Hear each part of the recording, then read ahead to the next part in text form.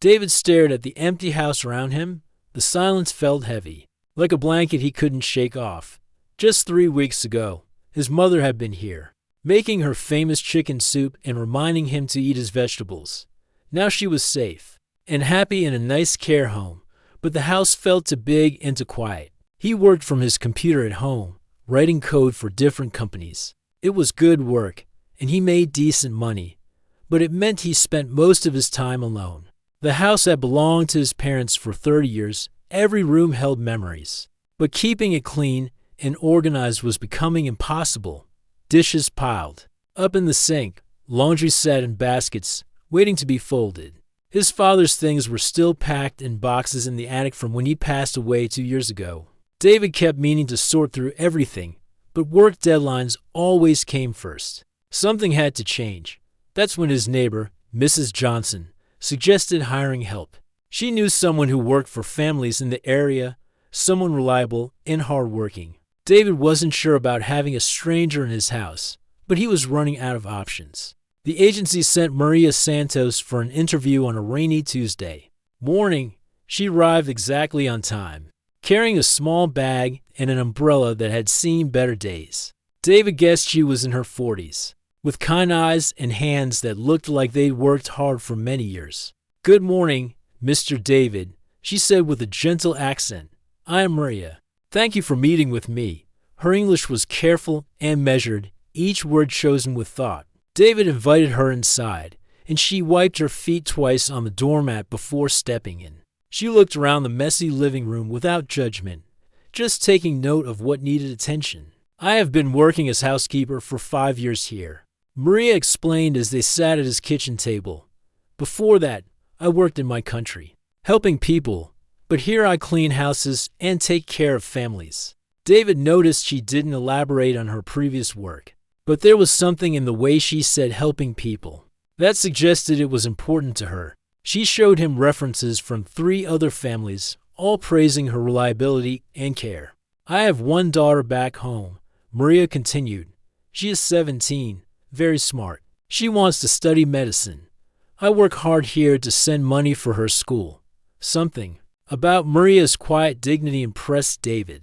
She wasn't trying to oversell herself or make big promises. She simply stated what she could do: cooking, cleaning, laundry, and light organizing. She asked thoughtful questions about his schedule and needs. "I like to take care of people," she said simply. "It makes me happy when families are comfortable and healthy." They discussed the details. Maria would live in the guest room and work 5 days a week. David would provide meals and a fair salary. She asked if it was okay to keep some of her things in the room, including what she called her important papers and supplies. "Of course," David said. "This would be your home too." Maria's face lit up with a genuine smile. It was the first real warmth David had felt in the house since his mother left. The next Monday, Maria arrived with 2 suitcases and a small cooler bag. David helped her carry everything to the guest room, which was right next to his home office. She unpacked quietly and efficiently, placing a few family photos on the nightstand and organizing her belongings in the closet. From her bag, she pulled out what looked like a small first aid kit and some medical supplies. "I always keep these with me," she explained when she noticed David looking. "You never know when someone might need help." David thought it was sweet that she cared so much about being prepared. Many people kept first aid supplies around, though. Maria's kit looked more complete than most. On her first day of work, Maria moved through the house like she had a mental map of everything that needed attention. She didn't just clean surfaces, she organized as she went, creating systems that made sense. She found David's favorite coffee mug buried under a pile of mail and made sure it was always clean and ready. For lunch, she prepared a simple meal of rice, beans, and grilled chicken. The flavors were different from what David usually ate, but everything tasted fresh and satisfying. She served it with fresh fruit and made sure he took a break from his computer to eat properly. "You worked very hard," she observed, watching him hurry back to his desk. "But you must also take care of your body. Food gives you energy, but rest gives you strength." David appreciated her concern. Though he was used to working long hours and grabbing snacks when convenient, Maria seemed to understand this without judgment. She simply made sure healthy options were always available and reminded him gently. When meal times came round in the evenings, Maria would prepare dinner and then retreat to her room, giving David his privacy. Sometimes he could hear her talking quietly on the phone in Spanish, probably checking on her daughter back home. The conversations always sounded warm and loving. By the end of the first week, the house felt different. It wasn't just cleaner, it felt cared for. Maria had a way of arranging things that made everything seem more welcoming. She placed fresh flowers from the garden on the kitchen table and opened curtains to let in more light. David found himself looking forward to their brief conversations during meals. Maria would ask about his work, listening with genuine interest even though she probably didn't understand much about computer programming. In return, she would share small stories about her day or memories of her daughter. She wants to help sick people, Maria said proudly one evening, like her mama used to do. Again, David noticed that reference to her past work helping people, but Maria never elaborated. Whatever she had done before, it was clear she missed it and was proud of the work her daughter wanted to pursue. As the days passed, David began to relax into the new routine. Having Maria in the house felt natural and comfortable. She was respectful of his space and schedule, but her presence made the house feel like a home again instead of just a place where he worked and slept. He started to notice small touches that showed how much care Maria put into her work. She learned his preferences quickly and anticipated his needs. When he worked late, she would leave a light snack by his computer. When he seemed stressed about deadlines, she would brew tea and suggest he take a few minutes to rest his eyes. David realized that hiring Maria was one of the best decisions he had made in a long time. She wasn't just a housekeeper. She was someone who genuinely cared about making life better for the people around her. He felt grateful to have found someone so dedicated and kind. Little did David know that Maria's dedication went far deeper than he could imagine, and her careful attention to his well-being was about to become more important than either of them realized. David's second week with Maria started like any other Monday morning. He sat at his desk with his coffee, checking emails and preparing for a big video call with clients in California. The project was important, and he wanted everything to go perfectly. About 30 minutes into the call, something strange happened. David felt dizzy, like the room was spinning slowly around him. He tried to focus on what his client was saying, but the words seemed to fade in and out. His head felt heavy, and he had to grip the edge of his desk to steady himself. "David, are you there?" "Your video froze for a moment," came the voice from his computer. "Sorry. Yes, I'm here," David managed to say, blinking hard to clear his vision. "Just a technical issue." He finished the call somehow, but afterward, he felt drained and confused. This had never happened before. Maybe he needed more sleep or better coffee. David didn't think much about it and went back to work. But Maria noticed. She appeared at his office door just a few minutes later with a glass of cool water and a concerned expression. "Mr. David, are you feeling okay? You look tired," she said gently, setting the water on his desk. "I'm fine. Just a long morning," David replied, though he was grateful for the water. "Thank you, Maria." She didn't leave right away. Instead, she stood there for a moment, watching him with those careful, observant eyes. "Maybe you should rest for a few minutes. Fresh air might help." David wanted to say no and get back to work, but something about Maria's tone made him listen. He stepped outside to the backyard for 5 minutes, breathing deeply. When he came back in, he did feel a bit better. The next day, it happened again. This time, David was working on a complicated piece of code when suddenly his vision blurred. The computer screen seemed to wave like water, and he felt like he might fall out of his chair. He put his head down on his desk, waiting for the feeling to pass. Within minutes, Maria was there with water and a small towel dampened with cool water. She placed it gently on the back of his neck. "How did you know?" David asked, lifting his head slowly. "I heard your chair," Maria said simply. Sometimes people make different sounds when they don't feel good. David found this explanation a bit odd, but he was too grateful for her help to question it. Maria stayed nearby until he felt better, then brought him a light snack of crackers and fruit. "You worked too hard," she said with motherly concern. "Your body is telling you to slow down." Over the next few days, these dizzy spells became more frequent. David would be typing an email or reviewing documents when suddenly the world would tilt sideways. Sometimes it lasted just a few seconds, other times several minutes. Each time, Maria appeared quickly with water, snacks, or just a calm presence that helped him feel better. David started to worry. Maybe he was getting sick, or perhaps the stress of work was finally catching up with him. He considered seeing a doctor, but kept putting it off, telling himself it would pass on its own.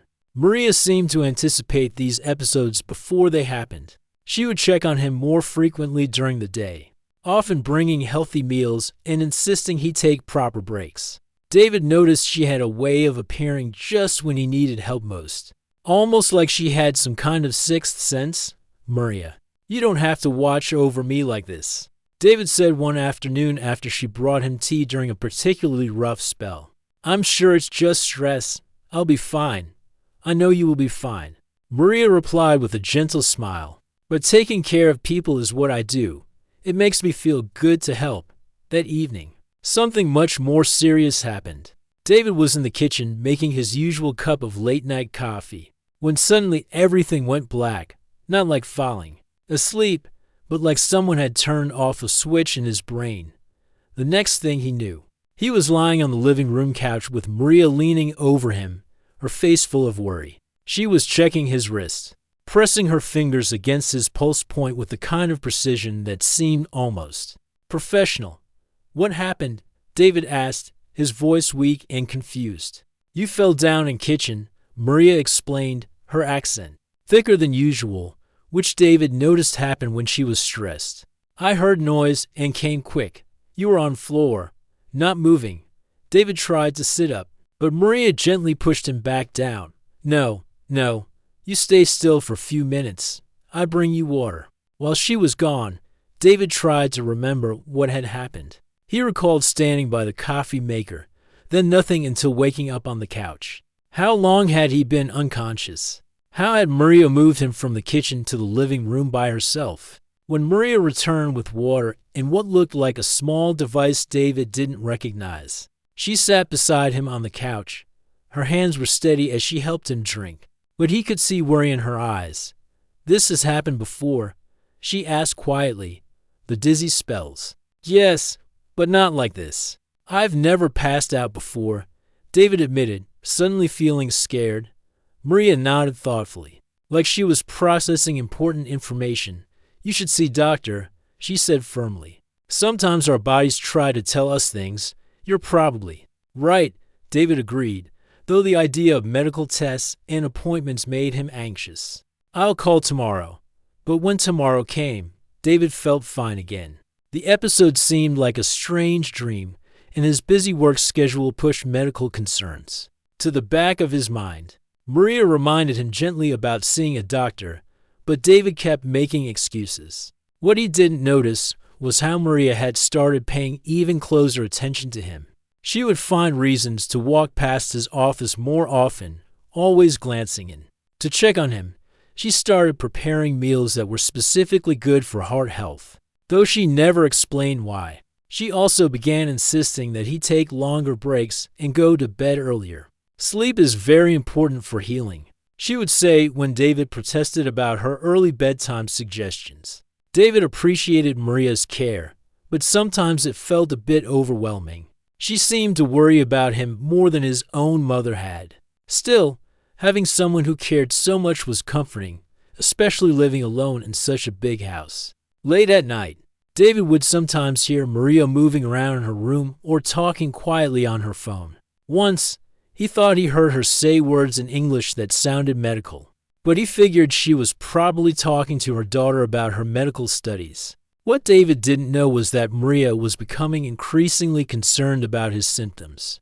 Her trained eye recognized signs that David couldn't see. and her experience told her that these weren't just stress-related dizzy spells. She was watching over him more carefully than he realized, and her medical supplies were becoming more important than just a precautionary first aid kit. The strange episodes were getting more frequent and more serious, and Maria knew that time was becoming critical. She was preparing herself for something David couldn't imagine, something that would soon change both their lives forever. David woke up that Thursday morning feeling groggy and strange. He hadn't slept well, tossing and turning all night with weird dreams he couldn't quite remember. His chest felt tight, and there was an odd fluttering sensation near his heart, like butterflies trying to escape. But what shocked him awake completely was the realization that he wasn't alone in his bed. Maria was literally on top of him, her hands pressed firmly against his chest, her face inches from his. For a moment, David's mind went completely blank. He couldn't process what he was seeing or why his housekeeper was in his bedroom, let alone on his bed with her hands on him. "What are you doing?" David gasped, sitting up so quickly that Maria lost her balance and tumbled backward off the bed. She landed on the floor with a soft thud, looking up at him with eyes full of panic and something that looked like relief mixed with fear. Her hair was messy, and she was still wearing the same clothes from the day before, as if she had never gone to sleep. "Mr. David, I can explain," Maria said quickly, scrambling to her feet. Her hands were shaking, and her voice was higher than usual. "Please, you must understand." But David's mind was racing with confusion and discomfort. What possible explanation could there be for this situation? He pulled his blanket up higher and stared at her, waiting for answers that would make sense of this bizarre morning. "You were not breathing right," Maria continued, her English becoming more broken as her stress increased. "Your heart, it was going very fast, then very slow. I had to check. I had to help." David looked down at his chest where her hands had been. He didn't feel any different, though the fluttering sensation was still there. But that didn't explain why she had been in his room or why she thought it was okay to touch him while he was sleeping. "Maria, you can't just come into my bedroom like that," David said, trying to keep his voice calm but firm. "I don't understand what you thought you were doing, but this is not appropriate." Tears started forming in Maria's eyes, and she took a step backward toward the door. In her hand, David noticed she was holding something small and electronic that he didn't recognize. It looked like some kind of medical device with a small screen and wires. "I am sorry, Mr. David. I know it looks bad, but you were in danger. I could not let you." She stopped mid-sentence, as if realizing that her explanation wasn't making things better. David felt a mix of emotions he couldn't sort out. Part of him was uncomfortable and confused about boundaries. Part of him was curious about what she meant by danger. But mostly, he was overwhelmed and needed space to think. "I need you to leave my room now," David said, not unkindly, but with clear authority. "We can talk about this later, but right now I need to process what just happened." Maria nodded quickly, clutching the device to her chest. "Yes, of course. I will go now. But Mr. David, please, you must believe that I would never do anything to hurt you." I was trying to help. After she left, closing the door quietly behind her, David sat on the edge of his bed trying to make sense of everything. He looked at his bedside clock and saw it was only 5:30 in the morning. Had Maria been watching him sleep? How long had she been in his room? The whole situation felt surreal and uncomfortable. David trusted Maria and had grown to care about her over the past few weeks. But this crossed a line he didn't know how to handle. What kind of help required being on top of someone in their bed? David got dressed quickly and tried to focus on his morning routine. But his mind kept returning to the strange scene. He noticed that his heart was still doing that odd fluttering thing, but he attributed it to the shock and stress of what had just happened. When he went downstairs for breakfast, Maria was in the kitchen, but she looked different. Her usual calm confidence was gone, replaced by nervous energy and red-rimmed eyes that suggested she had been crying. She had prepared his usual breakfast, but her hand shook slightly as she set the plate on the table. "Mr. David," she began. Carefully, I know you are confused and maybe angry with me. I understand if you want me to leave." David sat down at the table but didn't start eating. The food looked good, but his stomach was tied in knots. "Maria, I just need to understand what happened up there. Why were you in my room? What did you think you were doing?" Maria sat down across from him, something she had never done before. During meals, her face was serious and sad, like she was carrying a heavy weight. "In my country, I used to help sick people. I learned to recognize when someone is having problems with their heart." This was the first time Maria had been specific about her previous work. David listened carefully, trying to understand where this was leading. "For weeks now, I have been watching you because I see signs that worry me," Maria continued.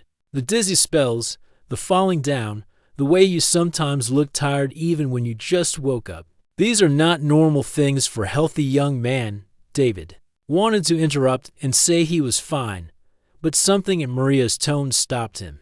She wasn't making excuses or trying to justify inappropriate behavior. She was trying to tell him something important. "Last night, I could not sleep because I was worried.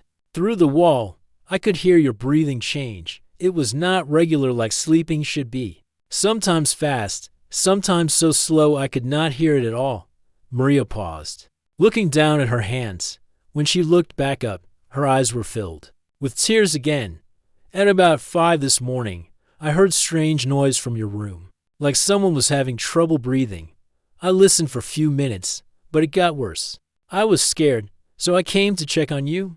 David felt his irritation beginning to shift toward concern. "What did you find?" "You were unconscious, but not sleeping unconscious. Your skin was pale and cold, and your heart was beating in a very dangerous way, sometimes very fast, like racing, then suddenly so slow I could barely feel it." Maria reached into her pocket and pulled out the device David had seen earlier. "This is heart monitor. I bought it with my own money because I was worried about you. When I checked your heart rhythm this morning, it was very, very bad. Without help, you could have died." The word "died" hung in the air between them like a heavy cloud. David felt his comfortable world suddenly shift, like the ground beneath his feet wasn't as solid as he thought. "You're saying I was having some kind of heart attack?" David asked, his voice quieter now. "Not heart attack, but something called arrhythmia. It means your heart forgets how to beat properly. Very dangerous, especially when you are sleeping and your body cannot tell you something is wrong." David looked at the device in Maria's hands. It looked professional and expensive, not like something someone would just happen to have. "Maria, what exactly did you do before you came here? What kind of work helping sick people?" For the first time since David had known her, Maria smiled through her tears. But it was a sad smile, like she was remembering something precious that she had lost. "In El Salvador, I was paramedic for 10 years. I worked in ambulance, in emergency room, helping people when they were having worst moments of their lives. I loved this work more than anything, but when I came to United States, my certification is not good here. I must start over, take new tests, learn new things." Everything suddenly made sense to David.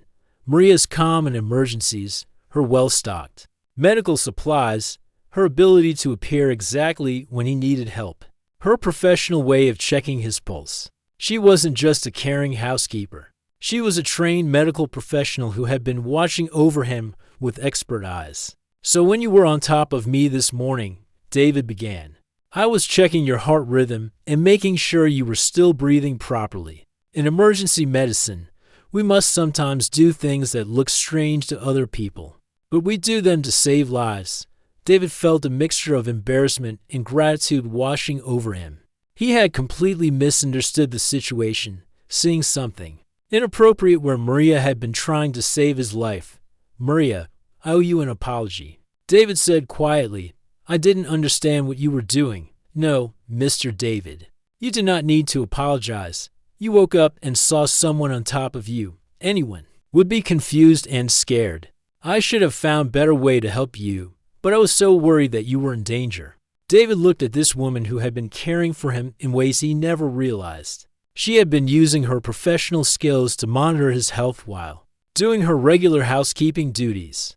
She had bought medical equipment with her own money to keep him safe. And when she saw he was in real danger, she had risked her job and reputation to help him. "What happens now?" David asked. Maria looked toward the window, and David could see she was preparing to leave. Her suitcase was probably already packed upstairs. "I think it is better if I go. You need a housekeeper, not someone who comes into your bedroom in mourning. I will call agency and tell them to send someone else." "Maria, wait," David said quickly. "Before you make any decisions, can you tell me more about what you think is wrong with my heart? Because if you're right, if I'm really sick, then I need to know." Maria looked at David with surprise, as if she hadn't expected him to ask for more information. She had been preparing to leave, to pack her things and disappear from his life before causing any more trouble. But now David was asking her to stay and explain, to use her medical knowledge to help him understand what was happening to his body. "You really want to know?"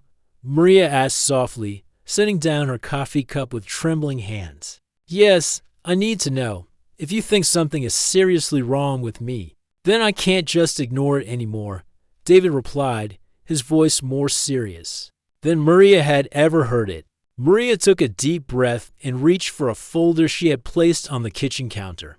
David hadn't noticed it before, but now he could see it was filled with handwritten notes and what looked like medical charts. "I have been keeping track," Maria admitted, opening the folder carefully. "Every time you had dizzy spell, every time you fell down, every time your heart seemed to beat strangely. I wrote down time, what you were doing, how long it lasted."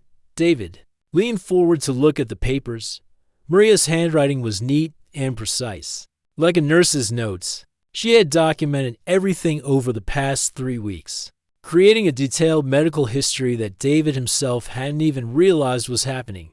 "Here." First week, Maria pointed to the top page. 3 episodes of dizziness during work each, one lasting about 5 minutes. You became pale and needed to sit down. David remembered those times, but he had thought they were just random moments of tiredness. Second week, episodes became longer and more serious. Twice you almost fell from your chair. Once you did fall in kitchen and became unconscious for a few minutes. Looking at it written down like this, David realized how serious his condition had become, what he had dismissed as stress. Maria had recognized as a clear pattern of medical emergency.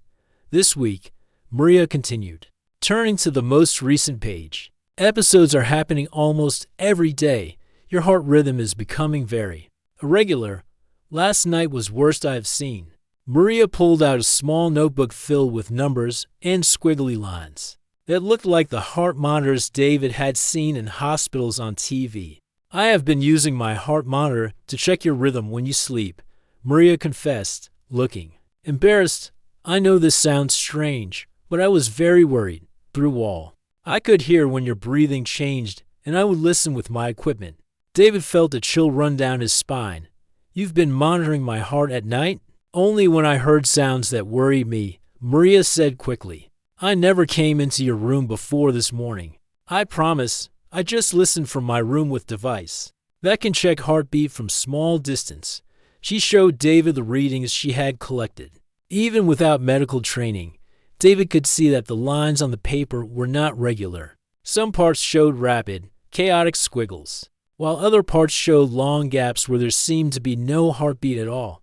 "This is not normal heart rhythm," Maria explained, pointing to the worst readings. "This pattern is called ventricular arrhythmia. It means your heart is not pumping blood properly to your brain and body. This is why you have been having dizzy spells and fainting." David stared at the evidence in front of him. All this time, while he thought he was just tired or stressed, his heart had been sending out cries for help that only Maria had been trained to hear. "How serious is this?" David asked, though he was starting to fear the answer. Maria was quiet for a long moment, choosing her words carefully. "In my country, when I worked in an emergency room, I saw many people with this condition. Some came to hospital in time and got help. Others," she didn't finish the sentence, but David understood. "You're saying this could kill me without treatment?" "Yes. Ventricular arrhythmia can cause sudden cardiac death. especially in young people who don't know they have heart problem. Your heart can stop beating correctly at any moment. The kitchen fell silent except for the ticking of the wall clock. David felt like the whole world had shifted around him. Yesterday he had been a healthy young man worried about work deadlines. Today he was learning that his heart could stop at any moment. "Why didn't you tell me sooner?" David asked. "I wanted to, but I was afraid," Maria admitted. "I'm just housekeeper here. You might think I was a crazy woman making up medical problems, and my English is not good enough to explain complicated heart conditions. I was hoping maybe you would go to doctor on your own." David realized how difficult this must have been for Maria. She had professional medical knowledge that could save his life, but she was trapped in a job where she was expected to clean and cook, not give medical advice. She had been watching him slowly get sicker, knowing exactly what was wrong but feeling powerless to help. "This morning, when I found you unconscious, I could not wait anymore," Maria continued. "Your heart had stopped beating normally for almost 30 seconds. If I had not been there to check on you, to make sure blood was still flowing to your brain, you might not have woken up." David felt tears forming in his eyes as he realized what Maria was telling him. She hadn't been inappropriate or unprofessional. She had literally saved his life. "The device you were holding this morning, what was it?" David asked. "Portable defibrillator," Maria replied. "Very expensive. But I bought it because I was scared this might happen. When heart stops beating correctly, sometimes electric shock can help it remember how to work properly." David couldn't believe what he was hearing. Maria had spent her own money, probably money she needed to send to her daughter, to buy emergency medical equipment just in case David's condition got worse. "You bought a defibrillator for me?" "I bought it hoping I would never need to use it," Maria said with a sad smile. "But when you work in emergency medicine, you learn to prepare for worst case. Better to have equipment and not need it than need it and not have it."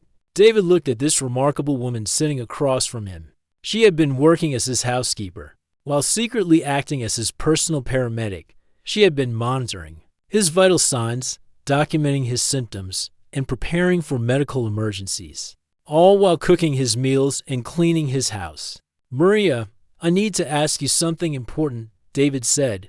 "This morning, when you were on top of me, what exactly were you doing when I found you unconscious?" "First I checked if you were breathing. Your breathing was very shallow and slow. Then I checked your pulse at your neck and wrist. Both were very weak and irregular." Maria demonstrated on herself, showing David how she had checked his vital signs. "Your heart rhythm was dangerous pattern called ventricular tachycardia. This means heart is beating very fast but not pumping blood effectively. I had to put my hands on your chest to feel if your heart was beating strong enough to keep you alive." David realized that what he had interpreted as inappropriate touching had actually been professional chest examination to determine if he needed CPR or defibrillation. "If your heart had stopped completely, I would have needed to do chest compressions to keep blood flowing to your brain until I could use defibrillator to restart normal rhythm. You were prepared to do CPR on me. I was prepared to do whatever was necessary to keep you alive." Maria said simply, "This is what I was trained to do, and this is what I promised myself when I saw how sick you were getting." David felt overwhelmed by the depth of Maria's dedication. She had risked her job, her reputation, and her own comfort to make sure he stayed alive. She had been his guardian angel, using her professional skills to protect him even when he didn't know he needed protection. "What do I do now?" David asked. "Now we go to hospital," Maria said firmly. "We take all my notes and heart rhythm readings to emergency room, and we make sure you get proper medical treatment before your condition gets worse." David nodded, finally understanding that this was no longer about whether he wanted to see a doctor. This was about life and death, and he had been lucky enough to have a trained medical professional watching over him. "After we go to hospital, I will pack my things and find new job," Maria added quietly. "Why would you leave now?" David asked, confused. "Because you will have doctors to take care of you now. You won't need housekeeper who comes into your bedroom and scares you in morning." David reached across the table and gently took Maria's hand. "Maria, You didn't scare me. You saved my life. And if you're willing to stay, I think I need you more than ever." The emergency room at the local hospital was busy that Thursday afternoon, but Maria's detailed notes and heart rhythm readings got David seen quickly. When the triage nurse looked at Maria's documentation, her eyes widened with recognition. "Are you a medical professional?" The nurse asked Maria. "I was paramedic in my country." Maria replied quietly, "Now I'm housekeeper, but I still remember my training." The nurse looked impressed as she reviewed the careful notes and precise heart rhythm strips that Maria had collected over 3 weeks. "This is better documentation than we get from some of our own staff," she said. "You may have saved his life." David was rushed into the cardiac unit where doctors hooked him up to monitors and ran tests. The machines immediately confirmed what Maria had already identified. David had a serious heart rhythm disorder called long QT syndrome that had gone undiagnosed his entire life. This condition can be completely silent until it suddenly becomes life-threatening, explained Dr. Wilson, the cardiologist who examined David. "Many people don't know they have it until they have a cardiac event." David felt scared, but also grateful as he listened to the doctor explain his condition. Without Maria's trained eye and professional documentation, he might have continued ignoring his symptoms until it was too late. The good news is that this condition is very treatable. Once we know about it, Dr. Wilson continued, we'll start you on medication to regulate your heart rhythm, and you'll need a small device implanted to monitor your heart and provide emergency treatment if needed. While David was getting tests and talking to doctors, Maria sat quietly in the waiting room. She had brought her folder of notes and answered every question the medical staff asked. But now that David was in professional hands, she felt unsure of her place. David's mother arrived at the hospital after David called her, and she immediately sought out Maria to thank her. "The doctors told me what you did," David's mother said, tears in her eyes. "You saved my son's life. How can I ever repay you? I did what any person should do." Maria replied humbly, "David is a good man. He deserves to be healthy and safe."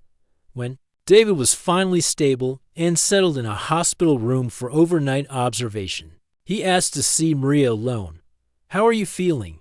Maria asked, approaching his bed carefully. "Better, knowing what's wrong and that it can be treated," David said.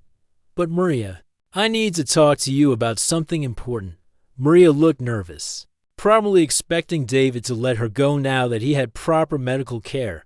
"The doctors told me that without your documentation and early intervention, I probably would have had a major cardiac event within the next few days or weeks," David began.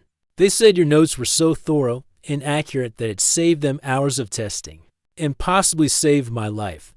Maria smiled but still looked sad. "I'm glad I could help." "That's just it, Maria. You didn't just help. You went above and beyond anything anyone could expect. You spent your own money on medical equipment. You monitor my health around the clock. You risked your job to take care of me." David paused, trying to find the right words for what he wanted to say next. "I know you came here to work as a housekeeper because you couldn't use your medical training. But Maria, you're wasted cleaning houses.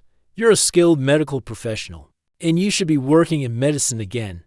My certification is not good here," Maria said sadly. "I would have to start over, take many tests, learn new procedures. It would take years, and I need to work now to support my daughter. What if I told you there was a way to do both?" David asked. Over the next hour, David outlined a plan he had been thinking about while lying in the hospital bed. He had done some research on his phone and learned about programs that help foreign medical professionals get recertified in the United States. "I want to help you get your paramedic certification. Here," David said, "I'll pay for your classes, your testing fees, whatever it takes. And while you're studying, you can continue living at my house and working, but with a much higher salary that reflects what you're really worth." Maria looked shocked. "Mr. David, this is too much. I cannot accept such generosity." "It's not generosity, Maria. It's gratitude, and it's also practical. I'm going to need someone who understands my medical condition and can help me manage it. Who better than a trained paramedic? who already knows my case better than anyone. David could see Maria was torn between hope and disbelief. But what about housekeeping? You still need someone to cook and clean. We'll figure that out together. Maybe you can work part-time as a paramedic once you're certified. And we can hire additional help for the house. The important thing is that you get back to doing the work you love and that you're so good at. Tears started flowing down Maria's cheeks. You would really do this for me, Maria. You literally saved my life. This is the least I can do. But more than that, you're talented and dedicated, and it's wrong for you to be stuck in a job that doesn't use your skills just because of bureaucratic barriers. That evening, Maria called her daughter in El Salvador to share the incredible news. David could hear the joy and excitement in both their voices as they talked in rapid Spanish. When Maria hung up, she was glowing with happiness. My daughter says she cannot believe that such good people exist in the world, Maria told David. She wants to thank you for giving her mama the chance to be a paramedic again. The next few months were busy but exciting. David recovered quickly with proper medication and a small implanted device that monitored his heart rhythm. Maria threw herself into studying for her recertification exams, and David discovered he enjoyed helping her prepare in the evenings. They would sit at the kitchen table with medical textbooks and practice tests. David used his computer skills to create digital study guides and flashcards that helped Maria learn the American medical procedures and terminology. You were very good, teacher, Maria told him one evening as they reviewed emergency cardiac protocols. Maybe you should have been doctor instead of computer programmer. I think I'll stick with computers, David laughed. But helping you study has taught me so much about medicine. I understand my own condition better now, and I feel more confident about managing it. Maria passed her written exams on the first try, scoring in the top 10%. Her practical skills evaluation was even more impressive. The instructors were amazed by her competence and experience.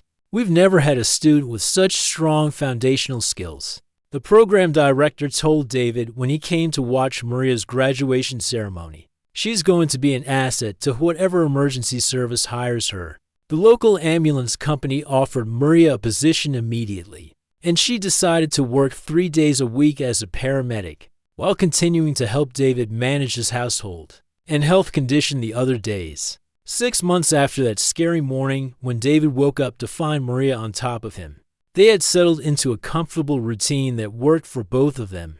Maria had her medical career back, David had proper treatment for his heart condition, and they had developed a friendship based on mutual respect and gratitude. David's mother often visited, and she always made sure to tell Maria how grateful the whole family was for her dedication and skill. You're not just our housekeeper, she would say. Your family. One evening, as David watched Maria preparing for her shift at the ambulance station, he reflected on how much his life had changed. He was healthier, happier, and surrounded by people who cared about him. He had learned not to take his health for granted, and he had discovered the satisfaction of helping someone else achieve their dreams, ready for another night of saving lives, David asked as Maria gathered her medical bag. Always ready, Maria replied with a smile. Helping people is what I was meant to do. As Maria left for work, David realized that sometimes the most important people come into our lives in the most unexpected ways. Maria had arrived as a housekeeper, but revealed herself to be so much more: a lifesaver, a friend, and a reminder that dedication and compassion can overcome any obstacle. The title of this story was about being speechless, and David truly had been speechless when he learned the truth about Maria's actions that morning. But now he was speechless for a different reason. Speechless with gratitude for the remarkable woman who had not only saved his life, but had also shown him what it meant to truly care for another person. Their story had begun with a misunderstanding, but it had evolved into something beautiful, a friendship built on trust, respect, and the shared understanding that sometimes the greatest gifts come from the most unexpected places.